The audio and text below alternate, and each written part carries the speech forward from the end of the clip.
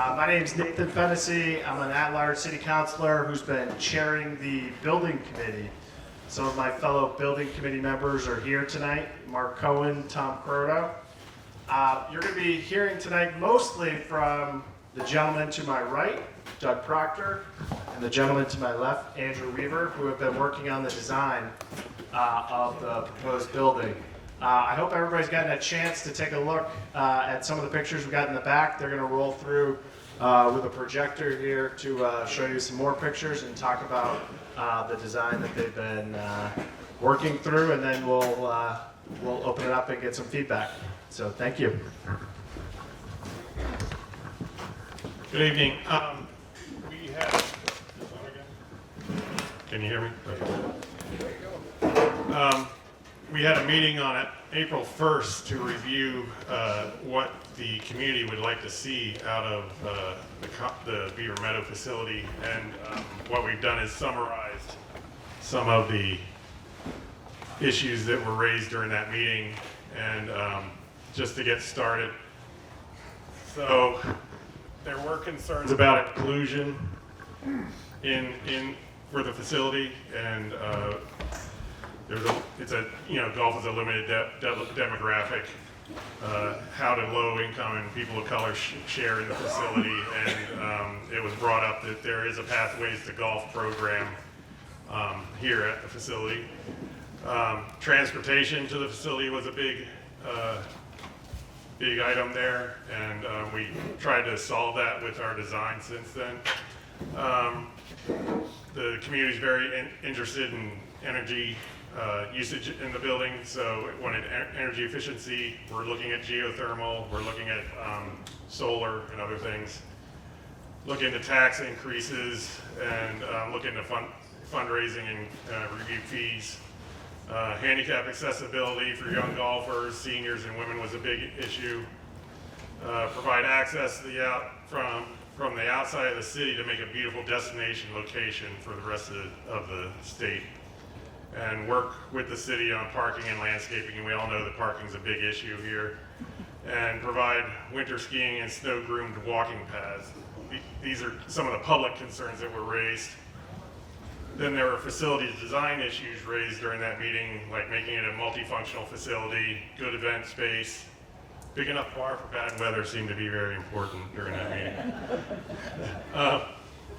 Orientation of the patio and the grill is important, and the view across all the exterior. Simulators for off-season, cross-country ski storage and grooming equipment. Better exterior restrooms, which we know are in bad shape here, and design facility as a master plan so that we can add on to it in the future. And then other design details were overflow parking on Beaver Meadow Drive, walk-in coolers, starting clock for the first tee, provide ice water dispensers, outdoor bulletin board, there's no notifications, and car wash stations, again, simulators, ski repair, photovoltaics, and energy efficiency measures. So those were a lot of the main issues that were covered during that meeting. And we spent the last 4 months working on different designs and having different meetings with the committee to try to refine the design. And just to remind everybody of the site here, can I borrow your pointer? Sure. Thanks. Use the other end so we don't break the screen. This is the existing clubhouse here and the patio. Beaver Meadow Drive comes down here and basically looks almost right at the tent when you're coming down. We have the 2 maintenance sheds here. The parking is fairly removed from the building, so there's a little bit of space in here that we were able to design with. And then we have different viewpoints around the 10th and the first hole. And we also we know that we have tournaments here, so we need to preserve space for cart parking for the tournaments, and also space for the tent. A couple additional points on this existing site analysis that I'd like to note. Obviously the parking lot is too small, and for a tournament you might have as many as 144 people at any one time for quite a duration. So that suggests that right now we're at about 97 parking spaces. So we need to grow this by a good 60, 70, 80%. As Doug said, we do have some real estate here that we can expand into, and I think that will be a big improvement. The other concern I have is this yellow dashed line to the main entry. To say it's an underwhelming entrance is to, kind of downplay it. But, there's no sense of arrival when you get to the parking lot. You don't see the front door. There's no connection from parking to the front door. And I think the new facility addresses that. I think that's an important issue. The other part of this is service, which is right here, is actually in a fairly nice view corridor. And it's a shame that service is located there. With the proposed program, which totals roughly about 18,500 square feet, we think that by pushing the service down here and having a little spur off of Beaver Meadow Drive, we can get it away from the entrance and away from all these great views. And I think that's a real plus. So those are the two kind of downsides that I see. One positive, though, is that the pro shop is in exactly the right position. When you look at the layout of the club, the golf course, we have the first tee here, the 9th there, the putting green, 18 and 10. So the pro shop is in a prominent spot. It's also at a high point of the site. I mean, it's a fairly flat site, but it is a high point. So it has great views from that location. I think the cart staging area here is a little bit tight, so it'd be great to move the pro shop back a little bit, which you'll see we're trying to do with the proposed plan. And of course, the outside dining area here, the terrace, is way too small. So we're proposing expanding that quite a bit. Other than that, I'll drop my putter and we can move on. You want to keep going, or you want me to? Sure, okay. If you want to. So this is the proposed plan. This proposes about 165 parking spaces here. It's still in development. We're working on it. But the great thing about this now and the turning of the program of the new facility is that now we have a great entrance into the clubhouse and meeting facility. And from here, you can go directly through the lobby and get to the covered patio or terrace here without having to go through other spaces to get there. Also off of Beaver Meadow Drive, there's a curved entrance drop-off pickup, which is great for stacking buses for public use. It's great for emergency vehicles, ambulances, fire trucks, that sort of thing. That's really important. So the pro shop stays here. It is slid back a little bit. I think the original is right about here. And it creates more staging area in front of it, right here, and more green space. And it also allows us to create this spur off of Beaver Meadow Drive for a dedicated delivery entrance for the kitchen. So now with this plan, the kitchen is located here, and all the public spaces, meeting rooms, dining rooms are here, taking advantage of all this great view. And again, the pro shop's there. This slide just overlays the conceptual site plan over the existing building, so you can kind of see the relationship here. So the existing building's laying right in here. Here's the patio. And as we said, there's this foreground here that we all walk through now to get to the building, and we're able to push out forward and add the drop-off in that area. And the parking's increased by about 75% when we're up to 165 spaces. One other note that I missed on the previous slide too is that because this is the high point here and the grades are dropping off this way, what this allows us to do is, this is a footprint of about 10,000 square feet. So it allows us to break up the program, put some spaces in a partial basement here. Because the grades are lower, we have an entrance exit at that lower level here. And conversely, at the high point here, we think that's a great place for a partial second floor for New Hampshire golf and some shared offices and meeting spaces up above there. So that becomes a real focal point as you drive up and walk up. So this is a perspective rendering basically of the front of the new facility. This right here is that front drop-off drive. Come upstairs, we're still working on this. I think we can eliminate most of those steps, and that's the goal we're shooting for. But as you can see, the entrance lobby here is pretty much all glass. You can see a stair going up to the upper lobby that serves New Hampshire Golf and some of the shared facilities up above. And to the left of that, here is the pro shop and the simulator room. To the right, we have public bathrooms located in here opposite the restaurant and meeting rooms. And this is the main kitchen from about here all the way to here. And again, it's opposite all those public spaces on the golf course side. And you can see kind of the corner of the tent, which is here, that we're going to relocate a little bit closer to that tree line to provide a little more clearance. And service to the kitchen would be right across here to a side door.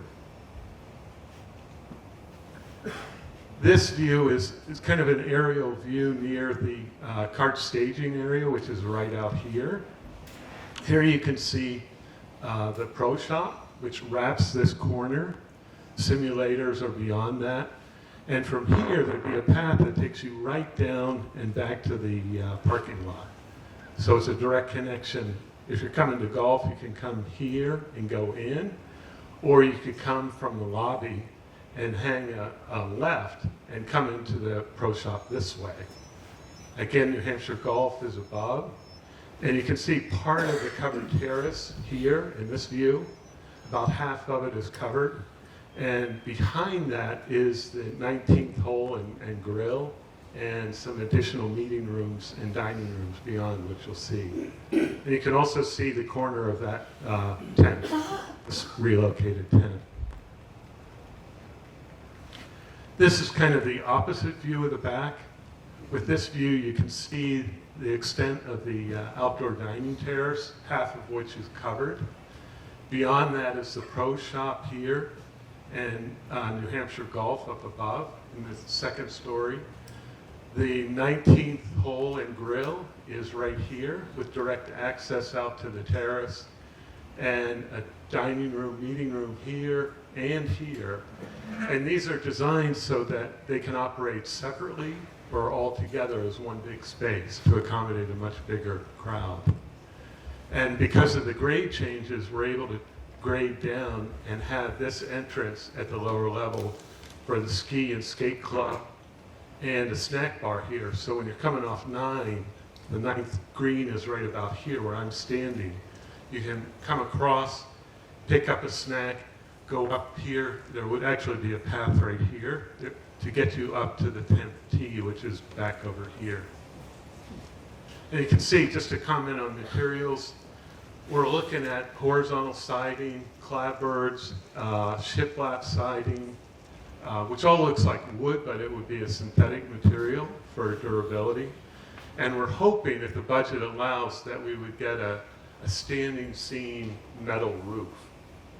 Because of durability, I think that would be a great option for this facility, and it looks great, too.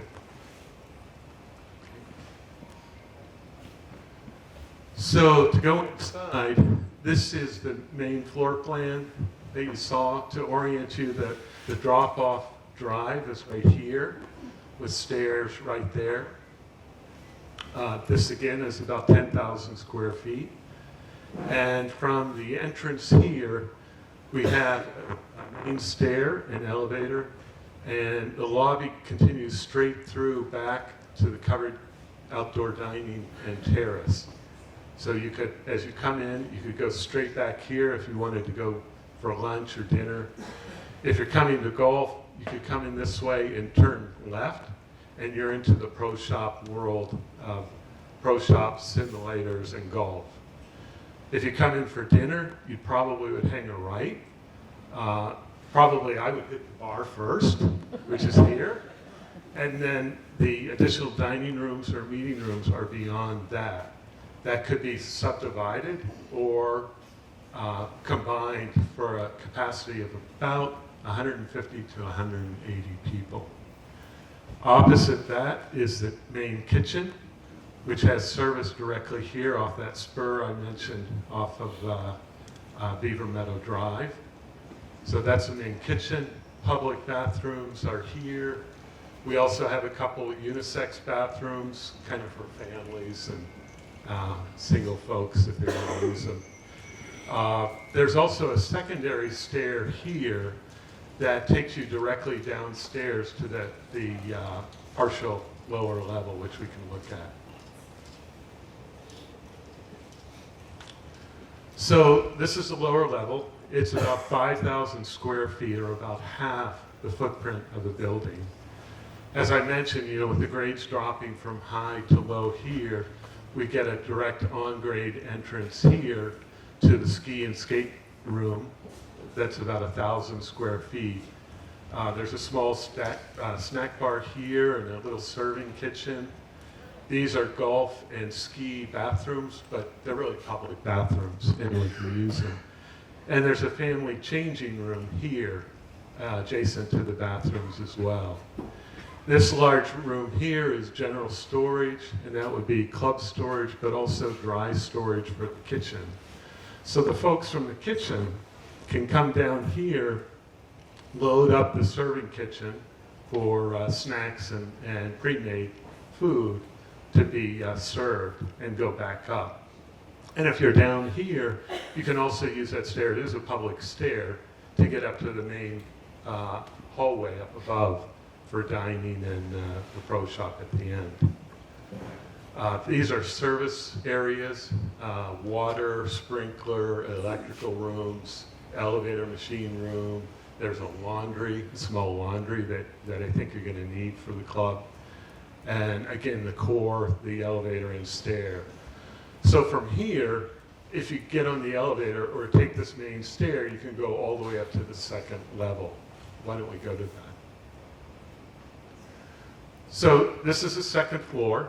If you're coming up the stair, you would enter here. You would land there. The elevator would also land there. There's a control point and a small little kitchenette, a shared conference room, New Hampshire Golf Association offices here, and some shared offices for club use as well. They have a small covered deck area here at the end, and there's a small open one here for this office as well. And with this plan, you can also go across here behind the elevator and get to this gray area. This gray area would be accessible for rooftop mechanical equipment for the kitchen and dining. So no hiding the equipment up in the attic and trying to service it. It would all be located primarily here. And this roof here is what we call a sloping parapet roof that looks like a regular roof, but it would hide all that equipment from view. As you drive up, you won't see that because the top of this slope is at about 7 feet above the floor level of that mechanical area. All the green represents hopefully the standing seam metal roofs that we're hoping to use. And you can see, maybe you can't, but ghosted in there are solar panels that would sit on the main dining room roof from here all the way to here and across here, and could actually extend over the shed roof over the covered patio area. Okay. This is an architectural drawing of the front of the club, the main entrance. Again, the entrance lobby here, you can see ghosted in the stair that takes you up to the upper lobby in New Hampshire Golf. The simulator room, this would be divided into 4 equal kind of hitting spots for the simulators. To the right are public bathrooms, and again the kitchen from here over. And at the end, beyond, you can see the last bit of the main dining and meeting room bar of the building that faces the golf course. So this is the golf course elevation, or east elevation. The second floor extends in this area here with New Hampshire Golf and shared offices and meeting spaces. The pro shop here. This is the back side of the front entrance, kind of the rear lobby.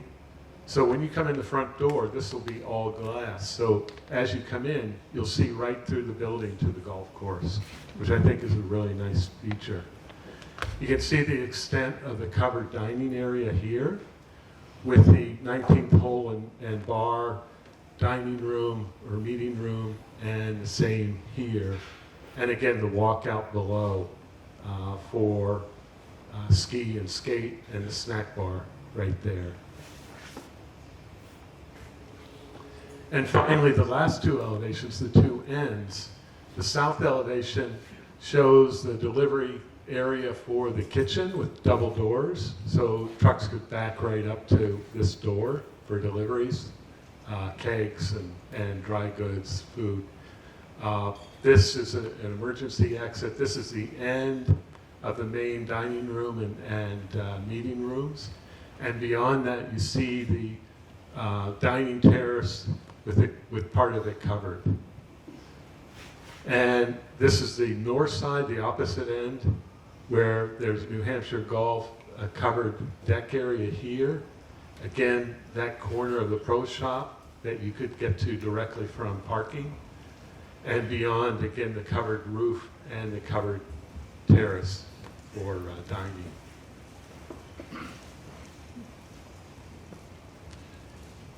And that's it for the drawings for the design.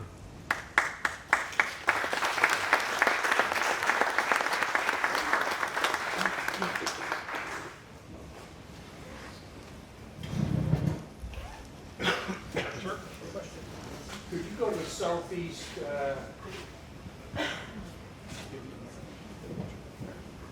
Here? keep going, the conceptual, right there. Would it be possible to have a stairway from that lower area up to the dining area, up to there? So that people don't have to walk way around, it would be, or if you're up there, you don't have to walk way around to get down to the lower level. Yes, it would be possible. That's a great suggestion.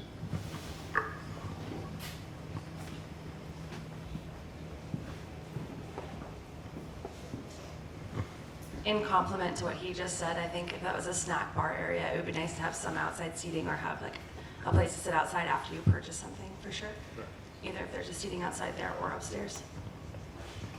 I think there's room down there for a little bit of a terrace anyway, which is what we'd want to do.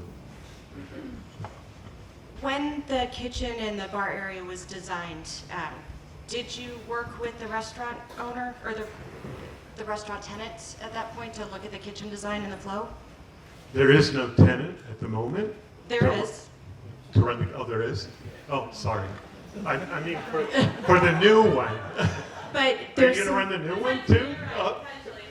I know we did have one now, but that's kind of why I will say But that let me, can I just make a suggestion? Okay. Because some of this gentleman back here had some good ideas, but Kelly definitely needs to have some input in the flow for staffing issues to make sure that the food and beverages being sold are still under their control with their license. So I'm so glad there's a connection now made. Thank you. I will say that I based the kitchen and the kitchen size on seating capacity. And also the last club that I did just about a year and a half ago. So it's all new stuff, the dish room, the cooking line, prep, walk-in coolers. It's all stuff that I did literally a year ago. And the same for the bar. The equipment in the bar, this layout is based on, it's actually, I don't know, Meadowbrook. I'll tell you, it's Meadowbrook Golf Club in Reading, Massachusetts. Okay.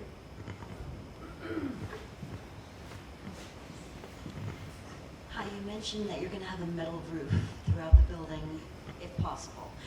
They can be very, very loud when it's raining and you're inside. How well insulated will it be, and have you thought about the noise level?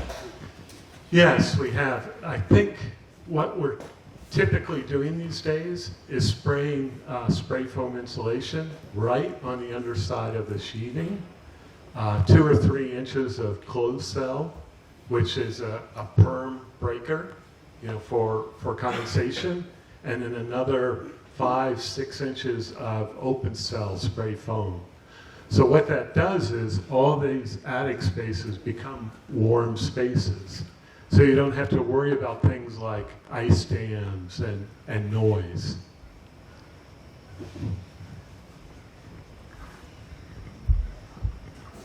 Me? Yes. Thank you. On this same view, to further the gentleman's extension relative comment about the stairway going up to the patio terrace. 2 items. One is part of that terrace, at least part of it, going to be screened in. It would be really nice. It doesn't appear to be, but There aren't mosquitoes here, right? of course not. So part of it being screened in, and then what if we extended where the gentleman is standing right there at the fence? We just took that straight across with Trex, outdoor decking, to go over to the end of the lower metal roof.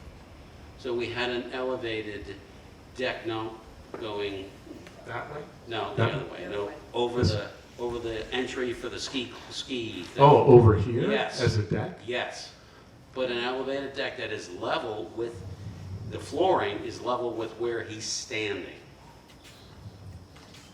Trex deck, Why would you want to do that? expand, so it's outdoors. Oh, Totally, I see. totally outdoors, not protected. I suppose you could eliminate that roof if you did it.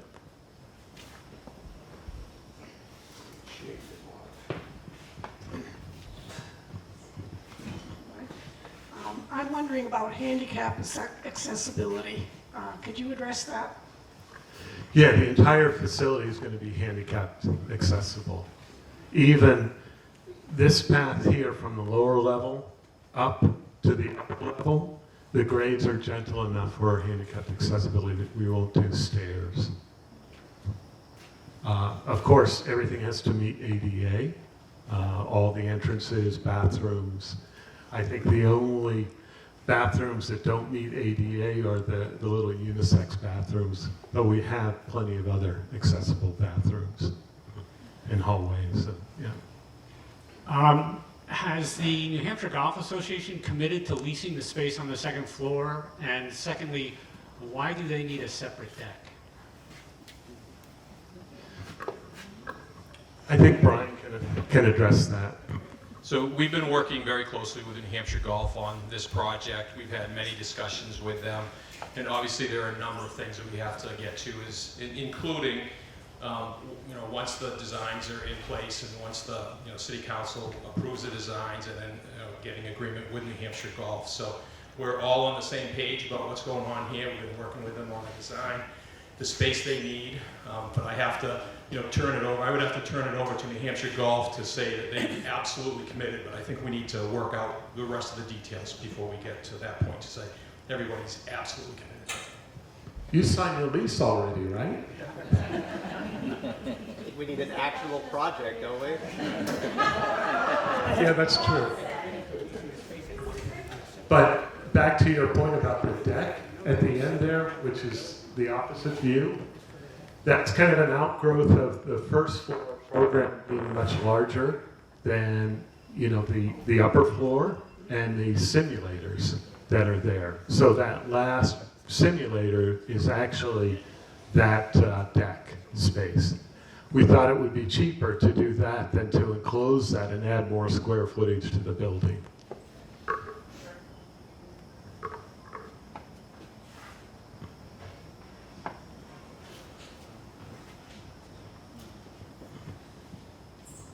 Hi. So, can you go back to the parking pictures, please? I was at last month's ad hoc committee meeting. Maybe one more back. One more, please. Right there. So that red line that's in the top leftish section, what is that? This here? That right there. No, the red line, yeah. Is that the property line? I It think. was an assumed property line when that drawing was done. I think it's actually closer to the parking lot. Because I was, like I said, I was at the meeting last month and I was told that the actual dimensions of the parking lot were not going to change. And it looks like they are, abutting my property at the end of that road. And we just had a issue, not 2 weeks ago with the Chamber of Commerce event that was here. As much as I appreciate that the right side as you exit Beaver Meadow Drive here has been marked as no parking, the trash is a little out of hand, we noticed walking over here, but there were at least a dozen cars that were parked on Sewell's Falls Road from 106 to 118, 120-ish. And many of which, and I think you need to work with parking enforcement on where people are allowed to park and how closely to somebody's driveway. 3 of the cars got ticketed because they were literally on the corner on the intersection. And there were at least 6 to 8 golf carts that drove on Sewell's Falls Road, at least 2 of which into oncoming traffic direction. Last I knew, golf carts were not registered vehicles and are not supposed to be on the roads. That's just one of my things. But again, I was told the dimensions were not changing, and now it looks like they will. So what does that do to my my shared part there, the 5 feet that is a common way, I guess? That's one of my questions. Well, one thing that it does is it takes cars off of Beaver Meadow Drive in front of your house. By And it expanding takes this, we trees now out, have so a headlights go in capacity. through my kitchen window now still, but, okay. So that is gonna be changing, which was not true. It goes over the existing paving edge by about 4 feet right now. Okay, We can pull that back. but what's that gonna do to your number of parking spots? It'll reduce it by 5. Okay. Or Because my not- next or thought not at was, all. when I was told that the dimensions were not changing, and then I see that overflow 2 weeks ago, there's a bigger shoulder on the other side of Sewell's Falls Road. If you had an attendant that simply said, oh, lot's full, that's where you go, I don't control parking Right, off the but I'm site, just- but what we're trying to do is provide enough parking on site so that we don't have anybody on the roads. okay. My other question is, and I don't know that that was addressed, was the water and sewer capabilities came up, or whether what we have currently on the road would handle this. And I don't think that that has been addressed again. In one of the reports, it was stated by, I'm assuming you, assuming the storm water system can take the additional flow, has any study been done? Are you aware that 16 houses are going in that tiny parcel of property between Abbott and Sewell's Falls Road? I'm gonna bet all this happens to us neighbors at the same time. But has that been checked? There's a dip in the road that has been fixed at least 3 times in the 15 years I have lived on this corner, and it keeps coming back. So the existing infrastructure is not handling what is already here. What are we adding to it, and has that been looked into? Well, stormwater is a separate issue. Stormwater has to be dealt with on site, so the new parking will have its own infiltration and drainage system. So no additional water would go onto Beaver Meadow Drive. But with And- this additional square space and the additional bathrooms and such in the new facility, So- is that gonna work? That's different. The sewer and the water, if it doesn't have the capacity, it will be upgraded all the way along Beaver Meadow Drive to support this facility. We're going to need sprinklers, fire sprinklers in the building. I don't know, I'm just an architect, but I don't know if there's a 6-inch water line, which is the minimum we would need for sprinklers and domestic water to this facility. And I'm not sure about the sewer, but obviously it would be upgraded if needed. And I guess my last question would be, and my biggest concern is, for those of us who don't golf or cross-country ski or use this facility or this property in any way, yet we are going to be burdened with paying for this with our tax dollars. What is going to be the return on the investment? When are we going to see it? How quickly are we going to see it? And is there going to be any relief for the larger population that does not use this facility? That's a good question for Brian. I'm just a designer here. And I guess that's the difference between the design part of it and then the financial part of it. We're working on the financial part of it now, trying to determine what the costs are for this project. Once we do that, we'll put a pro forma together, and that will be brought in front of the city council for that determination. So we don't know at this time what those impacts are, but once we determine that, that will be discussed with the city council, and then we're going to figure out, exactly what makes sense and what the council is willing to approve. So there'll be another public hearing that we'll have to go to with the city council like we did for the 16 houses across the street. You don't have to go to any public hearing if you don't want to, but you're more than welcome to every public hearing.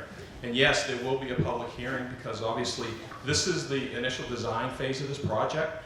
We're putting the pricing together. Once that is all put together and we do the pro formas and then there's supplemental resolutions or it becomes part of the regular budgetary process, whichever way it goes. And then for any appropriation of dollars, that becomes something that the city council has public hearings on, whether it's in between budgets or during the budget process, but every time the council spends money like that, there's a public hearing with the resolutions. Can I add one more thing? Yes. So to answer your question about if I don't golf, if I don't cross-country ski, what's in it for me? A couple things. One, we're gonna have a much bigger restaurant facility with the opportunity for people from the community to come and get a meal. Two, we're gonna have some community space to use, so there's gonna be some conference room space. There's gonna be, you saw with the pictures of the restaurant, there's gonna be the potential to have 3 separate things potentially going on between the bar, the second dining room, and then the third area. So there are going to be opportunities. Hopefully this will be the voting ward or the voting location for the ward, so we can bring that back here.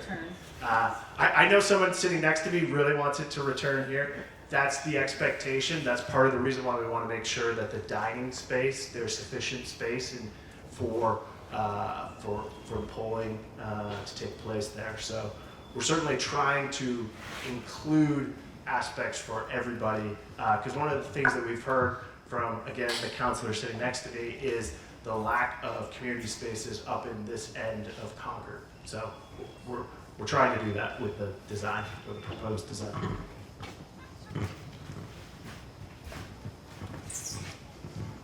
When will all this start? We have a number of hurdles that we have to get through. Obviously, we have to get the final design, we have to get preliminary pricing, we have to talk with council on the pricing, make a presentation to council, and then we have the Land Water Conservation Fund issues that we have to work through as well. So I can't give you an exact time, but it would hopefully sometime in 2024 is what we're hoping for. But we don't have, but I'm guessing that it would be at the very end of the year before we would actually start construction. So. Hi, this is a question not for the designer, this is for the engineers. What is the average square footage rate, going rate for this type of construction? I'm gonna pass that off to the contractor. Here, let me give you a mic. We are in the middle of that process right now. Every building type and what goes into the building really changes the dimensions of that number. Square foot numbers get everybody in trouble, and every building, we take it off and we look at it individually. So I'm in the middle of that process right now. I'm getting a lot of straight input from subcontractors in the industry to get the current rates on numbers, and we're due to have something to Brian here in the next couple of weeks. So Can you give me just a range? not at this point. I just got it on my desk, and I just got it out with the vendors, so I'm still digesting it. All right, I just have one more quick question. This is looking at community spaces in this end. I know that the city has a lot of master plans, and I'm wondering if an expansion of the golf clubhouse is part of the master plan. Could you tell me which master plan? It's part of the golf course master plan. It was a study that came out when the team that was reviewing all of the facilities in the city, they were asked to come and look at this facility about whether to renovate it. But it's not the Concord 2030 We master have our plan. own plan policy with the Golf Advisory Board that is overseen by our ordinance that oversees the golf course. Is it in the Concord 2030 master plan? I'm just curious. It's in the 5-year plan for the golf course. Not the It's in the master plan. 5-year plan for the golf course. Not the city master plan. Thank you. That's not an ordinance, Counselor. The ordinance? I heard tonight there's a meeting also on Verlet School and what's going to happen at Verlet. So my question is this: what comes first, Verlet School or Beaver Meadow?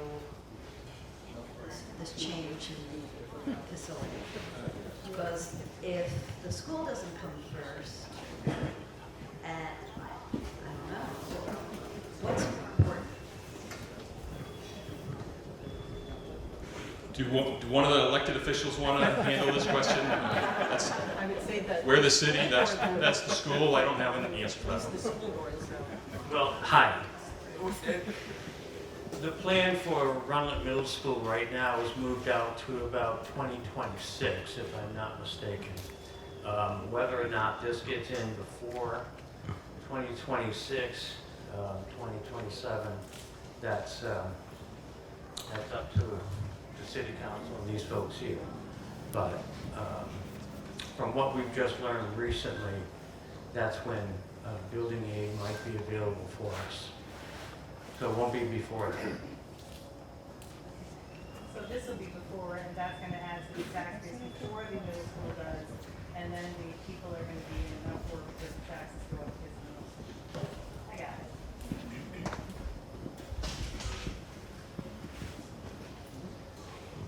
Can you just give a brief overview of what's included for the cross-country ski community?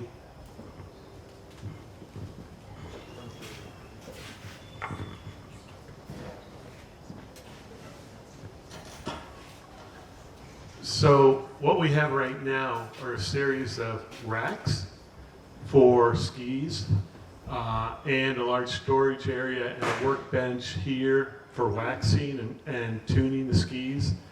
But it's really more of a placeholder until we get into the detailed design. We know what the square footage needs to be. All the nuts and bolts that go into it will require, obviously, the ski folks' input. It's at the lower level with a walkout here. So it is at grade, but it's not on the main floor. Hi, my name is Kelly O'Connor. I'm the new purveyor here for food and beverage. And I want to address a lot of questions actually that were brought up. So I couldn't agree more about the parking. Your estimation is about 144. A lot of the times I would say 200 plus people have to park here. including volunteers, and simultaneously with events, there'll be other people here just golfing on their own free will, and just because they're members and they love it here. So I think it would be better in your planning if you would appropriate more for like 200 people in parking versus 144. So that was a great point, because oftentimes there is parking complications. Your drive-up parking, that circle was wonderful. Saying that there's not a lot of direction in this building is very accurate. I think when you're walking, people are wondering where the front entrance is, where the pro shop is. I think even a sign on the main road would be good to direct people toward our location. The plumbing issue that this woman faces in her home is very wet in this area, and I couldn't agree more. If you're going to build a new facility, that you would include a really good drainage system. Even when we have functions here, this physical floor, if we step on it, will we'll sweep up. So I mean, just for your benefit and ours, if you're going to build a new building here, it is good to know that it's very wet here, and I couldn't imagine having a backyard that was wet. And in her defense with the privacy, perhaps you could offer some kind of privacy wall or something that could grant them that privacy that they want, because I can agree that it is a busy place, and if you wanted a quiet afternoon and we were busy here, you would not be able to have that. Granted, you know where you moved, which is behind a public place, right, where it's probably going to have a lot of people around. It's not exactly a rural area where you're not going to see people, so it's tit for tat on that, I guess. What was the third issue? There was like 4 or 5 things that were brought up. Oh, for the community. So I am a mother of 3 and a single mother in this community, and so I am very tied to having things to do for this area. Outside of being a golfer here, which many people that come through here are not members. We have many teenage programs, it seems like, where we have young people that come through here. The cross-country skiing, I would love to expand upon and have maybe hot cocoa or something that builds upon snowshoeing, cross-country skiing, just winter events in general. There is the skating on the pond, which is a little bit, here or there with how, I guess, it's maintained. But they do maintain the grounds for the cross-country skiing, but I think if there was more advertising or things like that, we could have a lot more events in this space. I'm trying to plan a Halloween event, or we can have a trunk or treat, if you will, and we can have all the local events gather here, and we can establish local things. I work with Flag Hill, which is all New Hampshire, and I really do work with local people around here, and be more than happy to promote high school activities or anything that promotes the community, because we are not limited to members, we are not limited to privileged people in any way, shape, or form, in my opinion. I think that we are honestly a blank slate where we can have as many events or opportunities here as we want, and to limit ourselves to what we already have would be a mistake, really. So, thank you. I think that's the idea of this new facility, to make it multi-use as much as possible with a lot of outdoor spaces. I think the programming is part of who's going to manage and run the facility. That's what's driving all those programs. We're just providing the space for that to happen as much as we can. And as far as the parking goes, we actually have more than 144. I think it's 165 right now. But again, this is schematic design. So is being expanded, and I want to comfort people in this community that it is really a productive thing that's going to happen, and not something that hinders their happiness as a member of the community. Does the course make money for the city? That's a good question. We have done very well the past 4 years, and the course has made money, so we've added to the fund balance of the course. There were a number of years before the pandemic happened where the city general fund had to kick in some funds in order to keep operations moving and keep us in the black. So we've had up and down years like a lot of businesses, but right now the course is doing very well, and we've been adding to the fund balance of the course. So.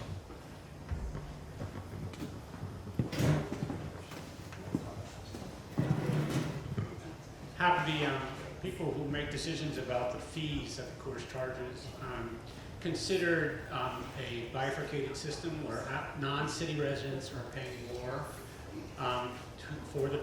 to use the facility? Because ultimately, the city residents, and I'm a member here, you pay your membership, but then you're also going to pay through your property taxes. And it seems that if we're going to provide this really new, great facility, non-city residents should probably take a little bigger bite of the debt.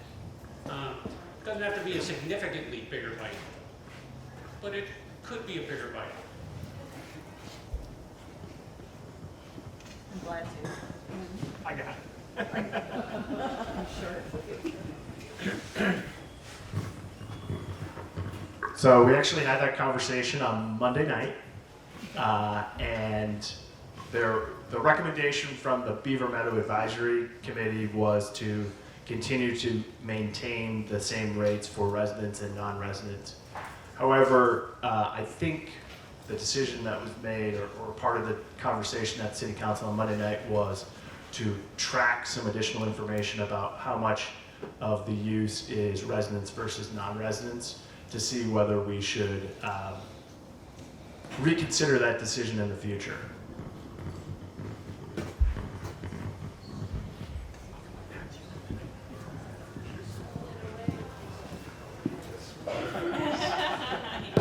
It's coming back your way.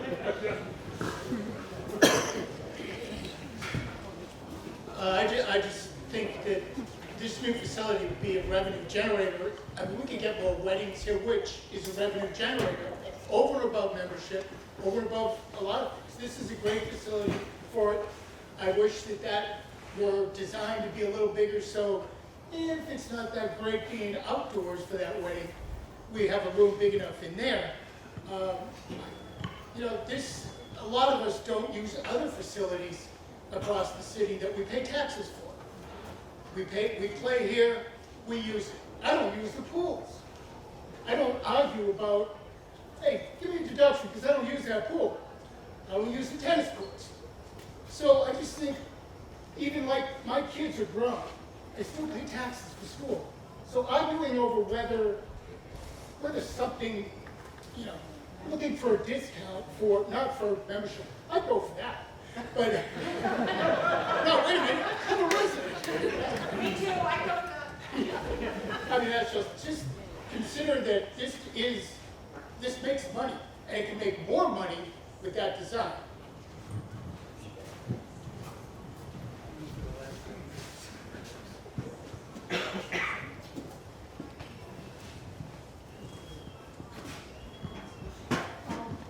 The new facility, I think, is an enhancement and would attract more revenue-producing activities, and including when we have tournaments here, we really don't have a very good facility to enhance people, or to lure people to the course. I'm a duffer golfer, and I've never gotten any better over the years. I love this course, I love walking around it, and I'm really excited to see this change could be coming. Thank you. Well, and I think you're going to be really excited about seeing a brand new big bar and grill and outdoor dining. I mean, the outdoor dining is about 2.5 times bigger than what you have now. It will accommodate well over 100 people outside. The larger bar, are you assuming I'm a drinker? Yes.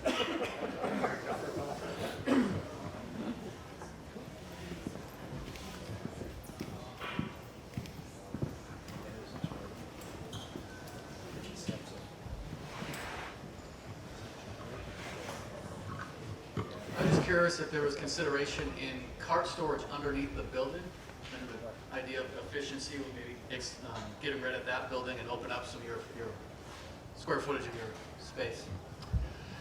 Yeah, we did talk about it early on. There are a lot of code considerations to putting electric, or now it used to be gas, but electric carts under buildings.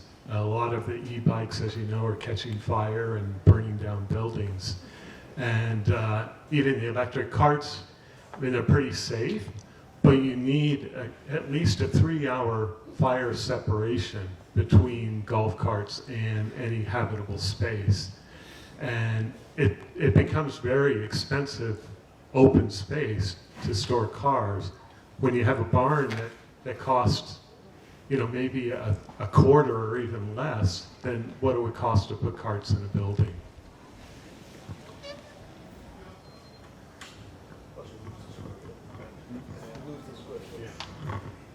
I just want to double down on what the gentleman said behind me. When summer closes, there's not a lot of indoor seating. So just being mindful, I guess, that you could have more summer business, or winter business rather, if there was more of an indoor facility as well, as wonderful as outdoor is. You know, it's 6 months of winter around here, so having an indoor facility as well is very helpful. Yeah, I mean, that's why we designed the grill, 19-pole in the dining rooms the way we did. They can accommodate up to 180 people.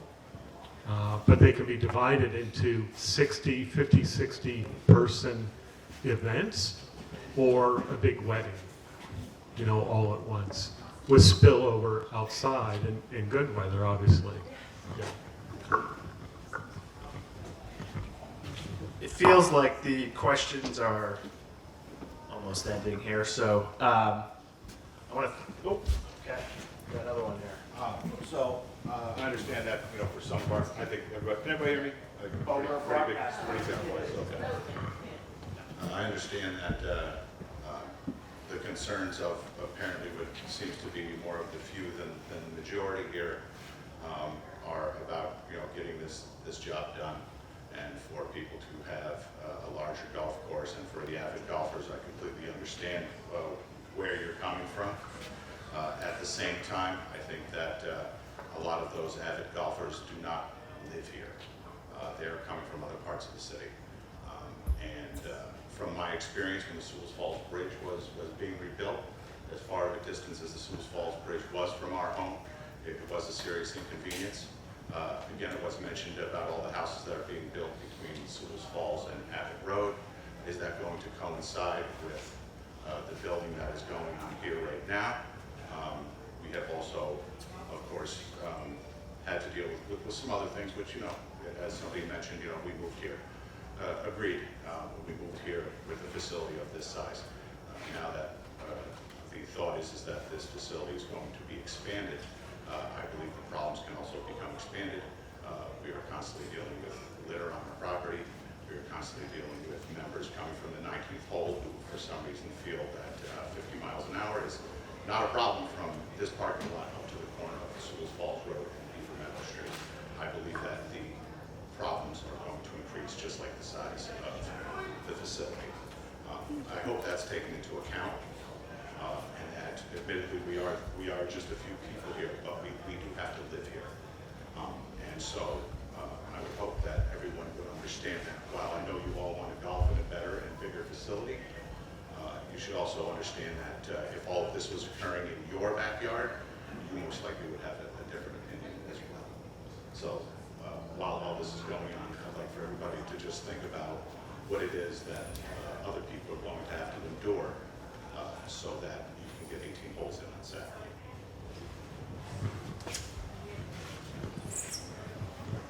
I just want to reinforce what the gentleman said, that I live right in the red house close to Sewell's Falls. There is litter sometimes in the going into my property, and I've seen sometimes gentlemen using the wooded area as peeing in the properties. It's just not appropriate. It's just not appropriate. I mean, I've asked them if they could put a porta potty there. I mean, I understand it's far away from the facility, but they said, no, we can't put anything like that here. So just consider that. There's houses there, there's family, my kids are around there.